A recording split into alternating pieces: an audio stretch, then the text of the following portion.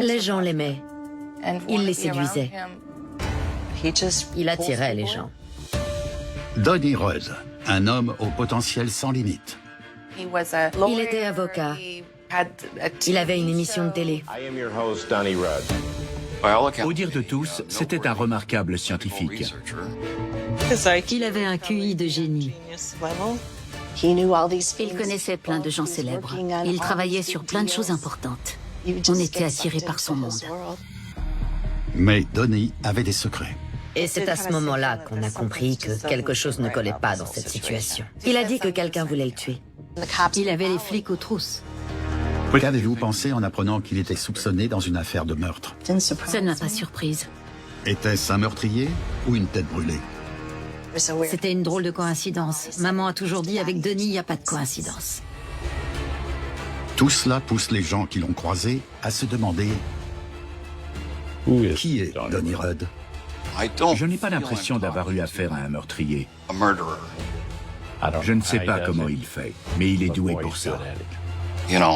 Si je me fais embobiner, alors c'est vraiment un expert.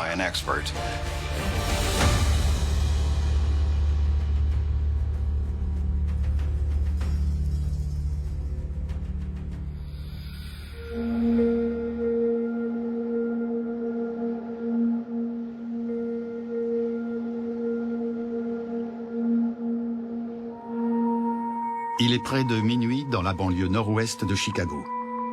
Le calme d'une belle soirée est interrompu par une voiture de patrouille fonçant sur une route forestière jusqu'au lieu d'un accident. La police est intervenue sur un accident de voiture survenu dans la périphérie de Chicago tard le soir.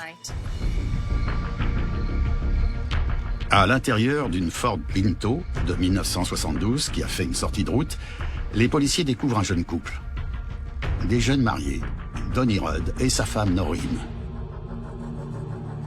Il trouve Donnie en train de bercer Noreen. Il lui tient la tête vers le haut. Le choc a visiblement été violent. Il y a beaucoup de sang, beaucoup de dégâts.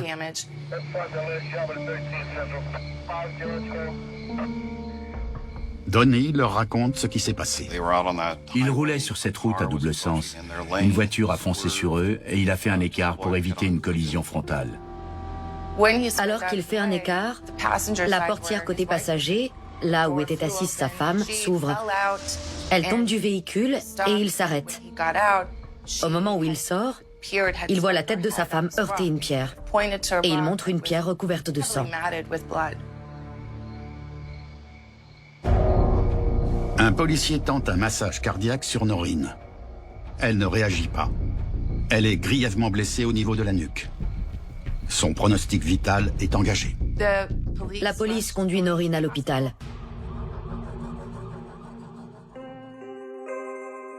Ce terrible accident intervient seulement 4 semaines après le mariage de Donnie et Noreen. Une relation qui a commencé sur leur lieu de travail. Noreen Kumeta était une jeune collègue de Donnie Rudd. Ils travaillaient ensemble chez Quaker Oats. Il était avocat spécialisé en droit des brevets. Noreen avait 19 ans quand ils se sont rencontrés et Donnie était déjà trentenaire. Au moment de leur rencontre, Donnie avait déjà divorcé de sa première épouse, mais sortait avec une autre femme. Un rapide jeu de séduction s'en est suivi qui a surpris tout le monde, même le frère jumeau de Donnie. Il m'a appelé 2 semaines avant d'épouser Noreen. Il m'a annoncé qu'il allait se marier avec Noreen et il me demandait d'être son témoin. Elle avait les cheveux blonds bouclés, elle était mignonne. Elle était très gentille. Elle avait l'air d'une mariée comblée et je crois qu'elle était folle amoureuse. Mais ce qui semble être les prémices d'un mariage heureux prend une tournure tragique sur cette route à l'été 1973. Noreen a été conduite à l'hôpital et elle a succombé à ses blessures avant même d'arriver. Donnie enterre sa jeune épouse dans sa robe de mariée. Son avis de décès et sa pierre tombale sont presque les seuls endroits où figure son nom de femme mariée, Noreen Rudd. Je crois qu'ils ont été mariés 29 jours. On était tristes et on était choqués, mais surtout tristes parce qu'il avait perdu sa femme. La mort de Noreen, âgée de 19 ans, au cours d'une soirée de l'été 1973, est bien sûr bouleversante. Pour Donnie Rudd, cet événement marque un tournant dans une vie de plus en plus couronnée de succès. Mais les tragédies inattendues n'auront pas fini de frapper Donnie Rudd ou son entourage. Loin de là. L'histoire de Donnie débute dans un petit village texan en 1942. Il vient au monde juste avant son frère jumeau, Ronnie. Donnie est plus vieux que moi d'environ 4 minutes et demie. On est né à la maison. Nos parents n'avaient pas grand-chose. Ils ne gagnaient pas beaucoup d'argent. On était la famille tranquille typique qui se rend à la messe le dimanche, va à l'école et c'est à peu près tout. On ne faisait pas grand-chose d'autre. Les parents des jumeaux étaient enseignants. Et tout comme leur grand frère John, la vie des garçons tournait autour de l'école. Ma mère enseignait à des enfants de CE2, CM1 et mon père du CM2 à la 4e. Il était aussi prof de sport à l'école. C'était des petites écoles. Les jumeaux étaient proches, meilleurs amis, mais aussi rivaux. Pas seulement en sport. Donnie et moi, on avait l'esprit de compétition à l'école. Je crois que c'était un plus. Parce qu'on se tirait vers le haut dans la compétition. On a testé notre QI à de nombreuses reprises. Je dépassais les 150 et lui les 140. Après avoir terminé le lycée en 1960, les jumeaux Donnie et Ronnie prennent des chemins séparés. On est restés très proches jusqu'à l'université. Sans doute parce qu'on a commencé à sortir avec des filles et qu'on était plus intéressés par elles que l'un par l'autre. J'ai intégré une école de commerce à Baylor. Donnie a choisi l'école d'ingénieur Texas A&M. C'est là que Donnie a rencontré sa première femme, Luann. Elle a tout de suite été séduite. C'était un homme intelligent, beau et charismatique. Ils ont emménagé ensemble à Chicago, où il a intégré la fac de droit. Ronnie se marie également. Ma femme et moi, nous nous sommes mariés avant ma dernière année d'études. On était deux jeunes couples mariés. Et comme on ne vivait pas à côté, on s'est aussitôt éloignés l'un de l'autre.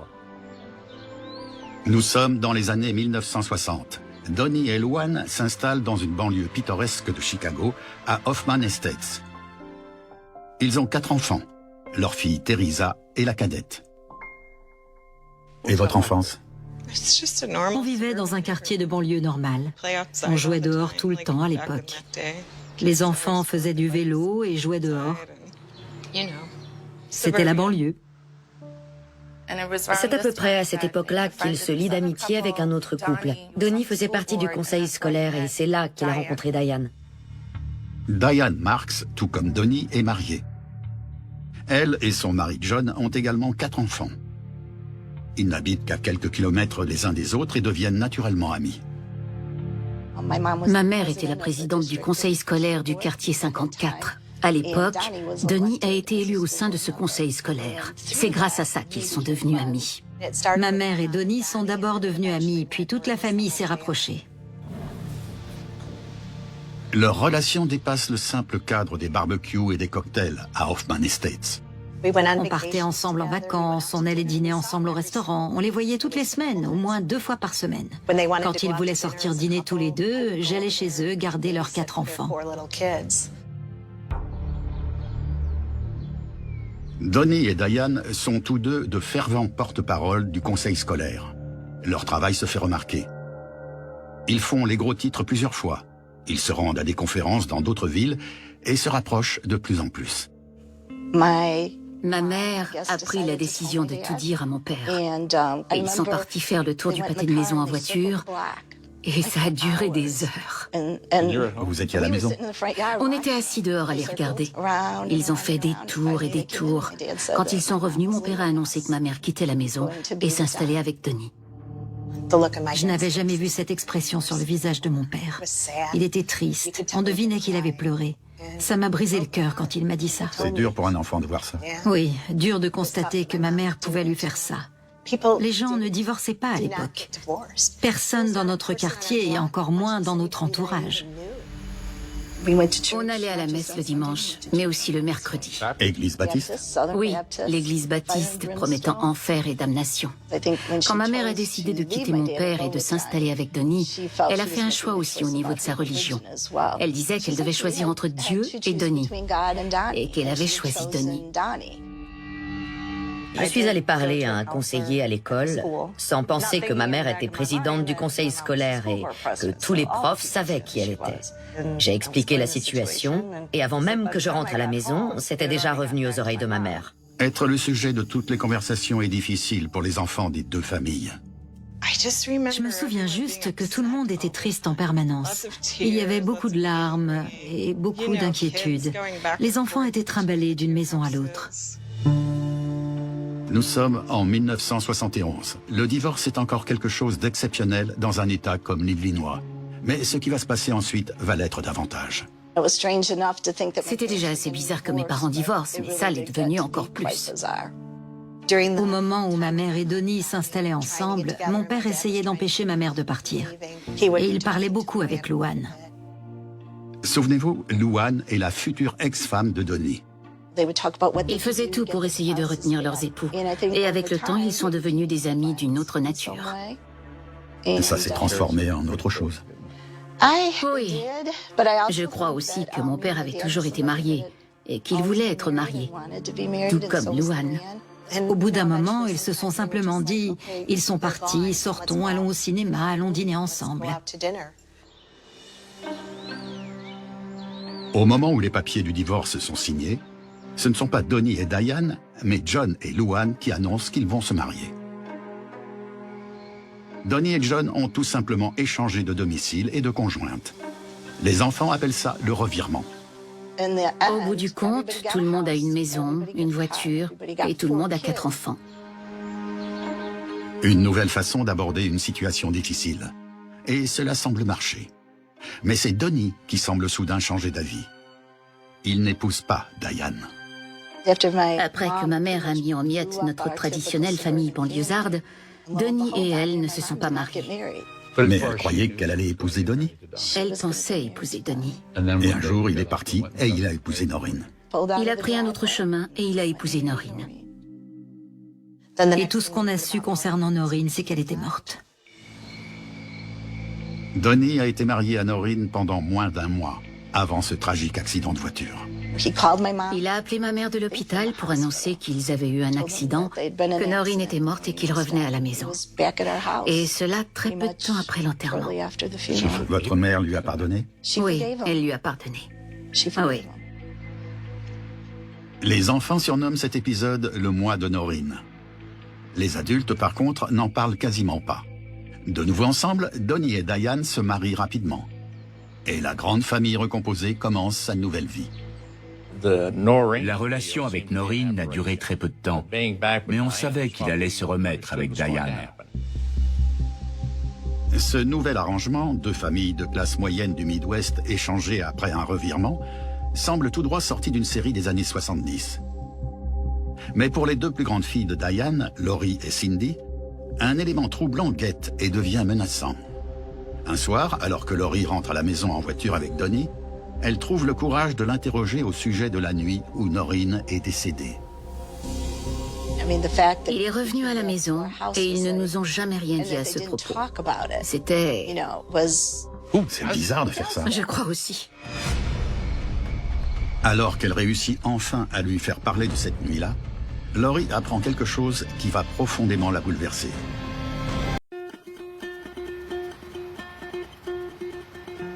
Au début des années 1970, la vie de Donnie Rudd a déjà connu plusieurs tournants dramatiques. Une liaison scandaleuse qui déchire 2 familles, une belle jeune mariée qui meurt dans un accident de voiture sur une route de campagne. Mais peu de temps après la mort de Noreen, Donnie retourne auprès de Diane, et les choses semblent rentrer dans l'ordre. Si l'on oublie l'échange de femmes et la vie de 8 enfants partagés entre 2 maisons de banlieue. Tout ça est arrivé très soudainement, et il est revenu dans nos vies. Un soir, en voiture avec Donnie, la fille la plus âgée de Diane, Lori, 16 ans, aborde le sujet tabou de la mort de Noreen. Elle apprend avec surprise de la bouche de Donnie que ce n'était pas un accident, mais une tentative de meurtre visant non pas Noreen, mais Donnie lui-même. Il a dit que quelqu'un l'avait pris en chasse, qu'il s'était arrêté, il était sorti de la voiture pour voir de plus près et était reparti. Et il a dit qui pourrait bien faire une chose pareille. Selon sa belle-fille, Donnie lui confie qu'à l'époque, il travaillait avec un procureur qui enquêtait activement sur des politiciens et des hommes d'affaires influents soupçonnés de corruption. Donnie était une source, ce qui faisait de lui une cible. Il aurait apparemment été victime d'une tentative de meurtre parce qu'il était indique dans une enquête pour laquelle il allait témoigner. On a essayé de comprendre qui était cette personne et pourquoi elle voulait tuer quelqu'un. Il s'agit d'une histoire troublante, mais qui semble véridique pour sa famille. Donnie participait à la vie politique locale. Dans le journal où est publié l'avis de décès de Noreen, sur la même page, apparaît un article évoquant les enquêtes de corruption qui ébranlent la région. Laurie confie que la révélation de Donnie sur la cause de l'accident n'est qu'une histoire parmi d'autres, qui faisait de Donnie un personnage important.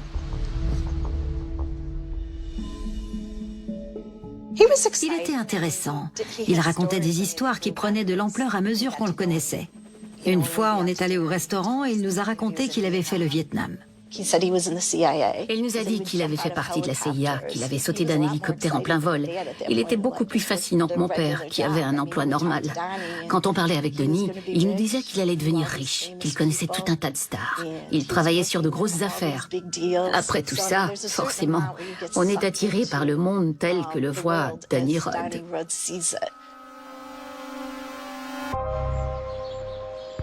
Donnie n'est pas le seul à avoir de grandes ambitions. Diane parle d'entamer des études de droit, un rêve qu'elle a depuis longtemps et qui la changerait du rôle de mère au foyer qu'elle tient jusque-là. Au cours de cette première année de cohabitation avec Donnie, la vie change pour tout le monde. Tout à coup, vous aviez de l'argent. Oui, on avait de l'argent. On avait plein de cadeaux de Noël. Mais on avait aussi de drôles de cadeaux. Cette année-là, on nous a offert des singes à Teresa et à moi. Notre vie n'était pas encore assez chaotique. Il fallait rajouter un singe à tout ça. Donnie devient bientôt président du conseil scolaire de la ville. Mais en septembre 1974, les journaux locaux rapportent que Donnie a présenté sa démission en raison de problèmes de santé. Pendant ce temps, Donnie et Diane, qui sont mariés depuis maintenant 4 mois, décident d'organiser leur vie d'une manière tout à fait spéciale. Je crois qu'elle pensait qu'elle pouvait vivre avec Donnie et s'occuper de nous, les enfants. Elle a alors eu cette idée d'acheter 2 maisons mitoyennes. On avait 2 maisons mitoyennes, celle des enfants et celle des adultes. Comme ça, elle pouvait nous empêcher d'interférer dans ses affaires et dans sa vie à lui, tout en restant assez proche pour qu'elle puisse assumer son rôle de mère et nous surveiller. C'était amusant au départ de vivre dans notre propre maison. On savait à quelle heure maman allait se coucher et la fête pouvait alors commencer. Même si les enfants sont contents d'avoir leur espace à eux, c'est la maison des adultes qui les fascine. Il n'aimait voir personne dans ses affaires. Il n'aimait pas que qui que ce soit touche à ses affaires. C'est pourtant ce que font les enfants. Ils touchent à tout. Ça a commencé à devenir presque un jeu. Allons voir à côté ce qu'ils ne veulent pas qu'on voie. Il collectionnait les pipes aux formes particulières. Il avait un tatou empaillé. Il collectionnait les bottes de cow-boy. Il avait toute la panoplie du parfait Texan. Tout y compris les armes. Il aimait les armes? Beaucoup. Les armes hors du commun, pas celles qu'on voit communément à la télé. Il aimait les calibres 22. Il avait un pistolet canne qui ressemblait à une canne pour marcher. C'était comme une collection en fait. Malgré les problèmes de santé présumés de Donnie et une vie de famille un peu désordonnée, sa carrière commence à décoller. Il démarrait dans son propre cabinet, il avait plein de clients et maman suivait des études de droit. Donnie ouvre son cabinet d'avocat. Il est très fort en droit des brevets. Mais à la fin des années 70 et avec l'arrivée du boom des années 80, il s'intéresse de plus en plus au domaine en plein essor du droit immobilier. Il a commencé à se faire appeler Monsieur Immobilier. Il exerçait en droit de l'immobilier et il représentait des locataires et des associations. Et il a bien réussi.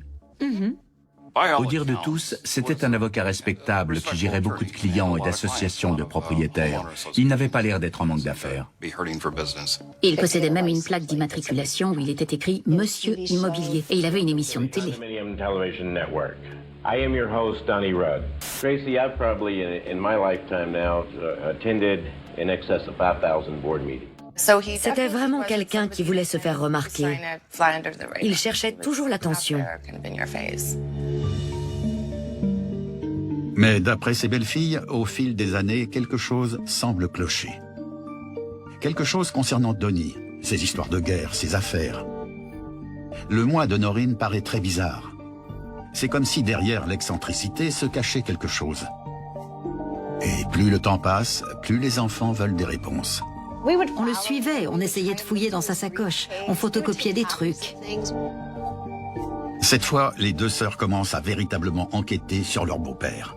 Et elles font des découvertes qui vont changer à tout jamais leur rapport avec Donnie Rudd.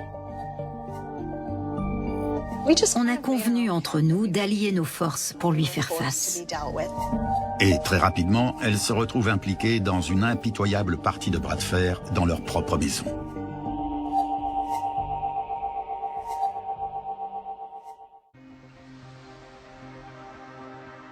Dans les années 70, les familles Rudd et Hart entretiennent des relations familiales pour le moins particulières.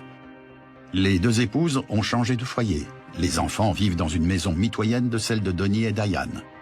Ils ont des singes comme animaux domestiques. Tout cela dans une tranquille banlieue de Chicago. Et un homme, un avocat influent surnommé Monsieur Immobilier, est au centre de tout ça. Mais lorsque les belles-filles de Donnie Rudd interrogent Luann, la première épouse de Donnie, sur certaines histoires qu'il leur a racontées, elle confirme leurs soupçons. Donnie leur a menti. On lui disait Donnie fait partie de la CIA. Et Luann répondait il n'a jamais fait partie de la CIA. Je l'ai épousé juste après le lycée. Luann nous regardait et nous disait il n'a jamais fait la guerre, je l'aurais su. Donc on entendait deux sons de cloche.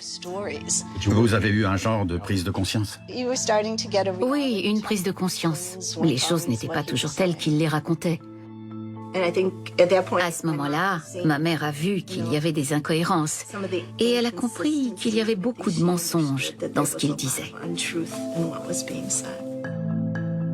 Mais leur mère, Diane, soutient son mari. Les filles doivent accepter qu'il occupe désormais une place dans leur vie. Donnie faisait partie de notre vie, c'est pour ça qu'on l'a accepté. Mais on s'est tenu à l'écart et on lui a jamais fait confiance. Malgré la certaine liberté d'avoir des maisons séparées, les enfants de Diane se heurtent de plus en plus à leur beau-père. Ils affirment que Donnie fait appliquer une discipline bien à lui. Vous avez commencé à avoir des échanges particuliers. Comment vous appelleriez ça? C'était comme une guerre. C'était presque devenu le clan des enfants contre celui de Donnie. C'était une sorte de bataille permanente avec lui, surtout. Mais de quel genre? Par exemple, si je laissais la fenêtre ouverte, il mettait de la colle pour qu'on ne puisse pas l'ouvrir. Si on laissait la cuisinière allumée, il confisquait les boutons de la cuisinière. Il mettait de la colle dans nos poches, de nos jeans par exemple, s'il nous en voulait. C'était pas forcément grave, mais il faisait toujours des trucs qu'on avait beaucoup de mal à prouver. Mais c'était un adulte. Oui, Qui faisait ça à ses belles-filles. tout à fait. Et vous, comment vous répliquiez? On prenait sa brosse à dents pour écurer les toilettes, ou on cachait ses affaires. C'était des petites choses. Mais on voulait vraiment lui faire comprendre qu'il n'aurait pas la satisfaction de faire de nous des victimes. Finalement, d'après elle, les frasques à répétition passent à un niveau supérieur. Une fois, j'avais mis ma télé à l'étage pour la regarder. Ma mère m'a dit « Glory, après ça, n'oublie pas de remettre ta télé dans ta chambre. » Mais je l'ai oubliée à l'étage et j'ai entendu un grand fracas. Il avait pris une masse et il avait défoncé la télé. On aurait aimé vous proposer la version de Donnie Rudd, mais il a refusé nos demandes d'interview.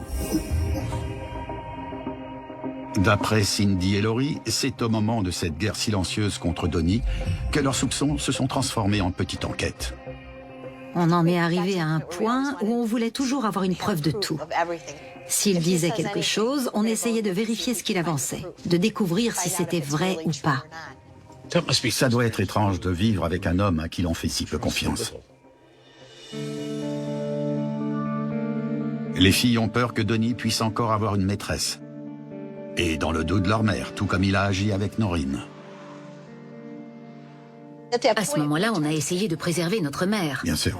On voulait préserver notre famille. On a pensé que l'histoire ne s'arrêtait pas là. Et c'était le cas. Laurie a trouvé la mallette et me l'a montrée, alors on a regardé à l'intérieur. Il gardait des photos de son mariage avec Noreen. C'était la première fois que je voyais une photo de Noreen. C'était une belle jeune femme blonde. Elle était appuyée contre lui. J'ai vraiment eu un choc en voyant ça. Il y a autre chose dont vous vous souvenez? Il y avait des dossiers.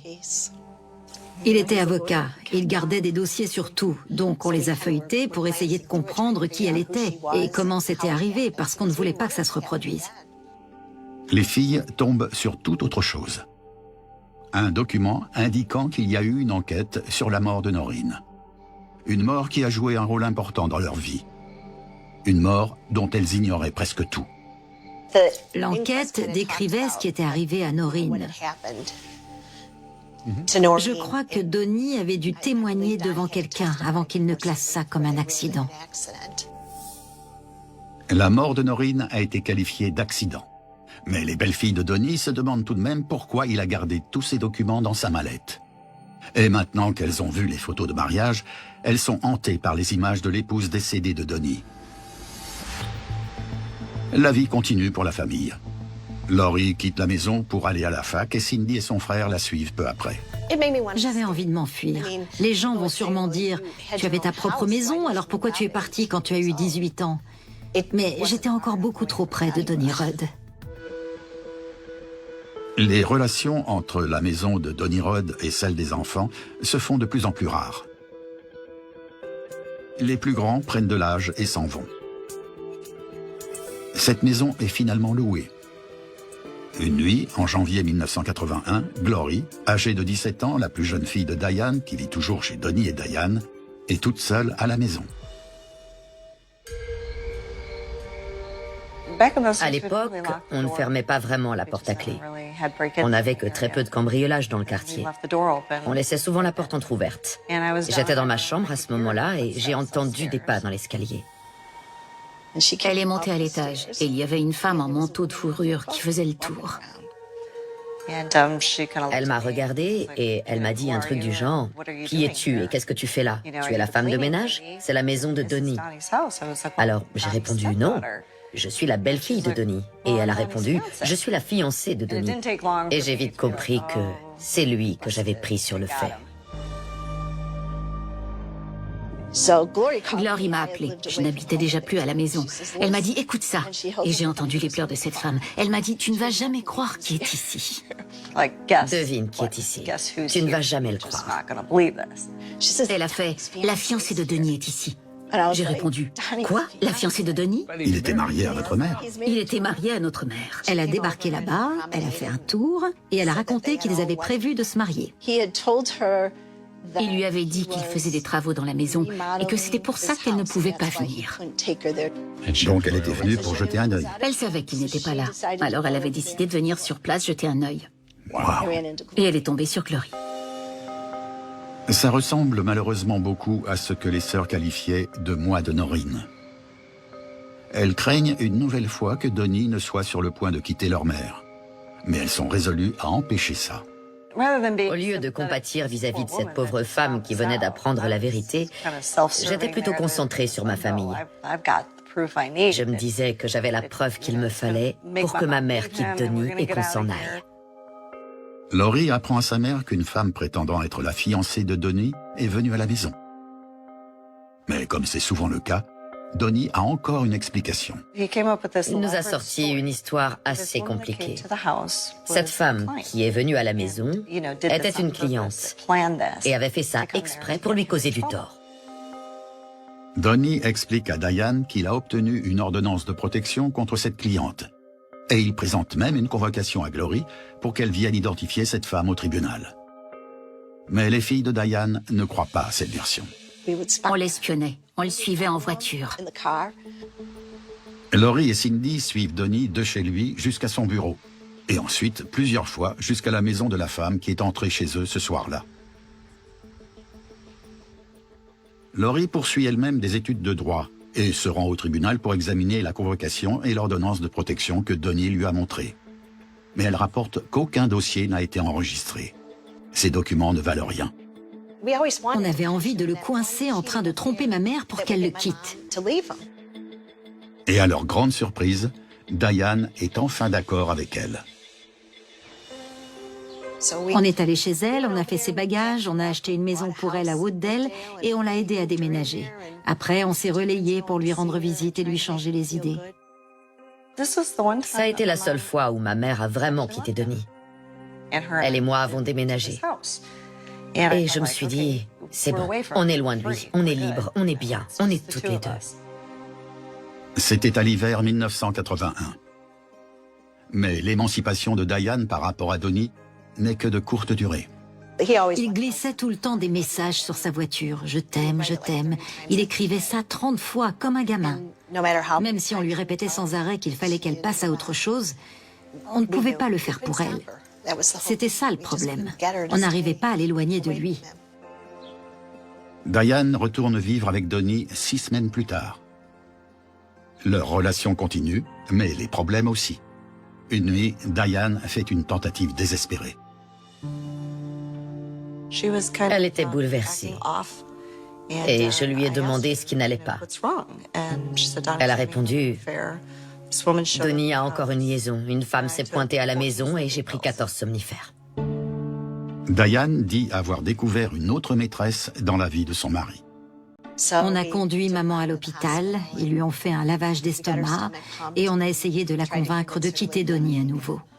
Ils l'ont autorisée à sortir et elle est rentrée auprès de Donnie. Elle était dépendante de lui.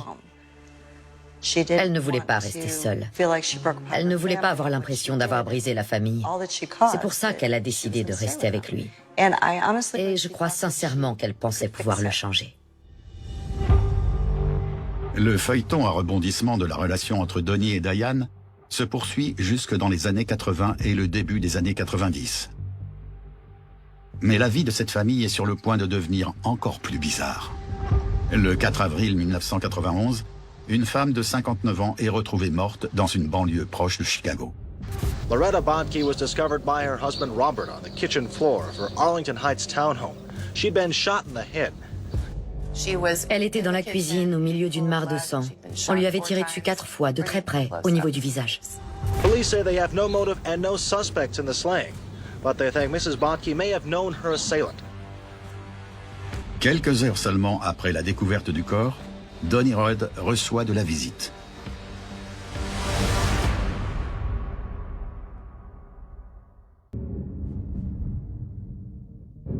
L'horrible meurtre de Loretta Tebak Botke se déroule le 4 avril 1991 dans la cuisine de sa maison d'Arlington Heights. Neighbors say they're shocked by such a violent crime in this quiet neighborhood.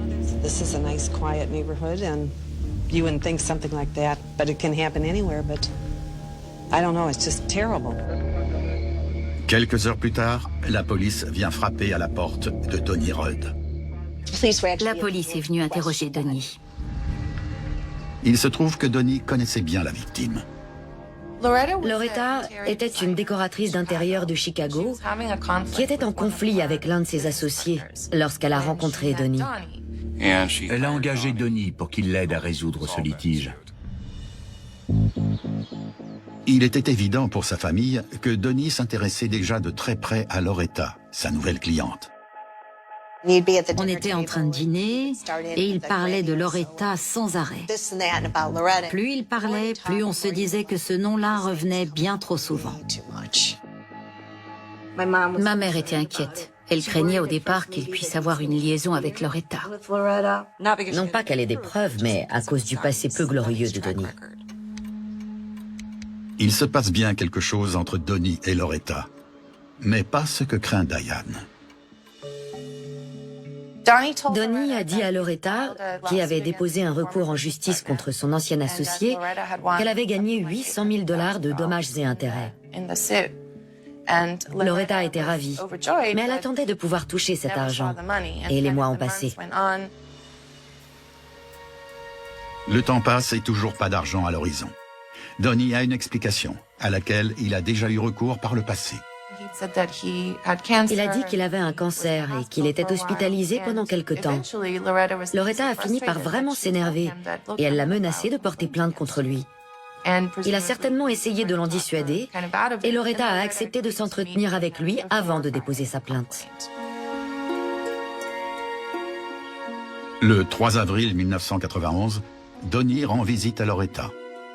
D'après la famille de Loretta, il affirme que son argent va lui être transféré le lendemain après-midi. Mais le lendemain, au lieu de toucher une grosse somme d'argent, Loretta Taback Botke est assassinée. The only thing authorities have ruled out so far is Mrs. Botke's husband, Robert. He discovered his wife on the floor of their townhome condominium when he returned from work. She'd been shot in the head. There was no forcible entry to the home. It appears that whoever was in there was left in. La police a interrogé le voisinage.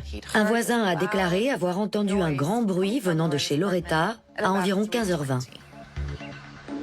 Pour la police, c'est probablement les coups de feu meurtriers. Mais il y a plus. 2 voisins rapportent avoir vu un homme avec une mallette entrer chez Loretta. Ils disent aussi avoir vu une voiture partir autour de 15h30, après les coups de feu présumés.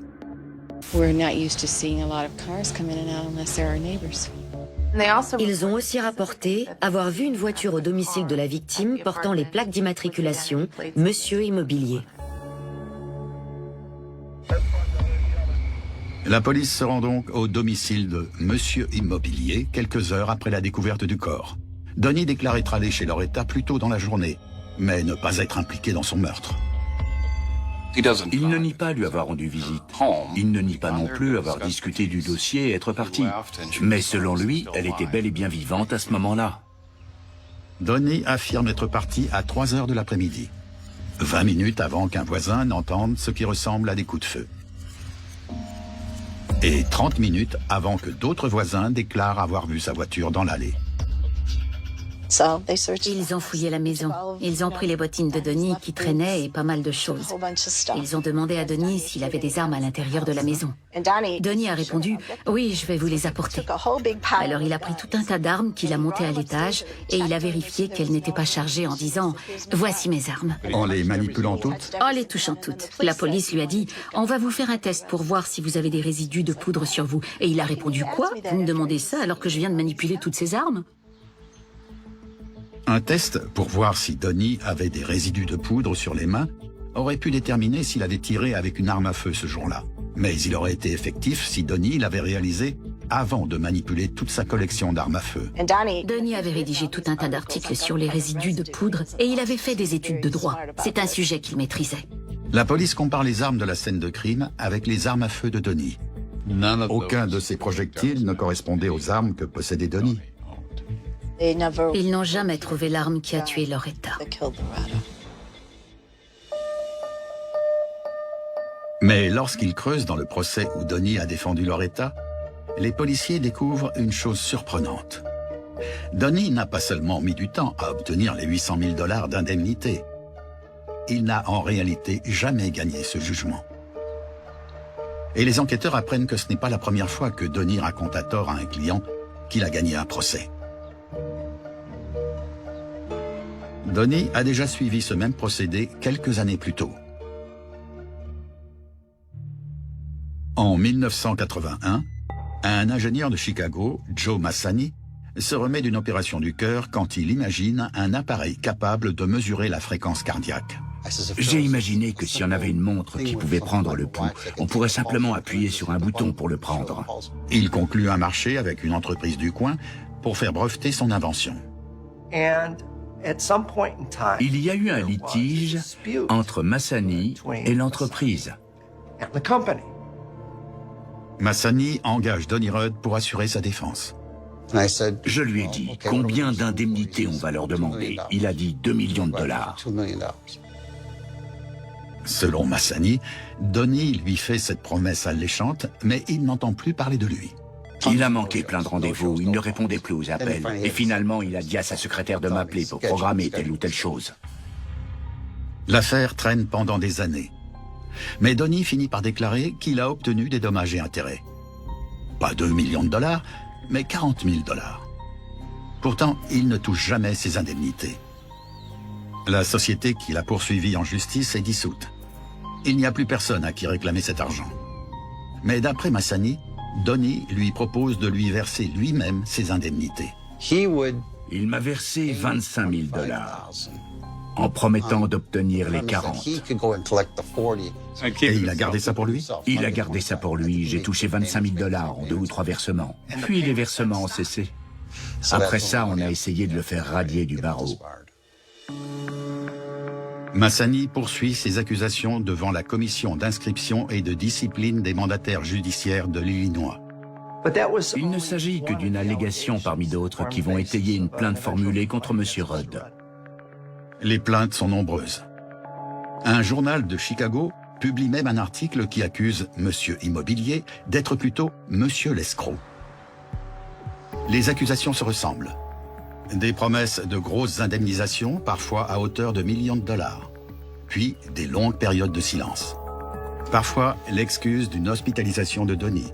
Et celui-ci verse à ses clients de sa propre poche une partie de la somme promise pour les maintenir à distance. Il a menti pour être un grand avocat. Il a accepté des affaires qu'il ne pouvait pas gagner. Et quand il ne les gagnait pas, il disait qu'il les avait gagnées. C'est bizarre parce qu'il se comporte comme un escroc. Alors que c'est lui qui doit payer. C'est ça. C'est stupide. Mais lui veut être un grand avocat, capable de gagner n'importe quelle affaire. Avec toutes ces plaintes déposées, la carrière de Donnie est sur la corde raide. Le risque, si ça se reproduisait, c'était qu'il perde le droit d'exercer. En avril 1991, la police d'Arlington Heights apprend qu'au moment de sa mort, Loretta Tebak Botke menaçait Donnie de déposer une autre plainte contre lui, qui aurait pu le priver de ses moyens de subsistance. Il s'est rendu chez elle la veille de son meurtre. Il lui a dit « Je vais vous faire un chèque qui servira d'avance, et vous toucherez l'argent demain. » C'est un chèque de 9 300 $ émis du compte de Donnie à celui de Loretta, édité la veille de son meurtre. Son mari a vu le chèque le matin même, avant de partir en voyage d'affaires. Quand la police l'a retrouvé, le chèque avait disparu. Le mari de Loretta parle de ce chèque aux policiers d'Arlington Heights. Et ils ont l'intention de le retrouver. Ils ont pensé avoir retrouvé des morceaux de ce chèque déchiré dans la poubelle chez ma mère. Donnie a repris le chèque. Il a repris le chèque, il était sans provision. La police a assez d'éléments pour considérer Donnie Rudd comme le principal suspect dans une enquête pour meurtre.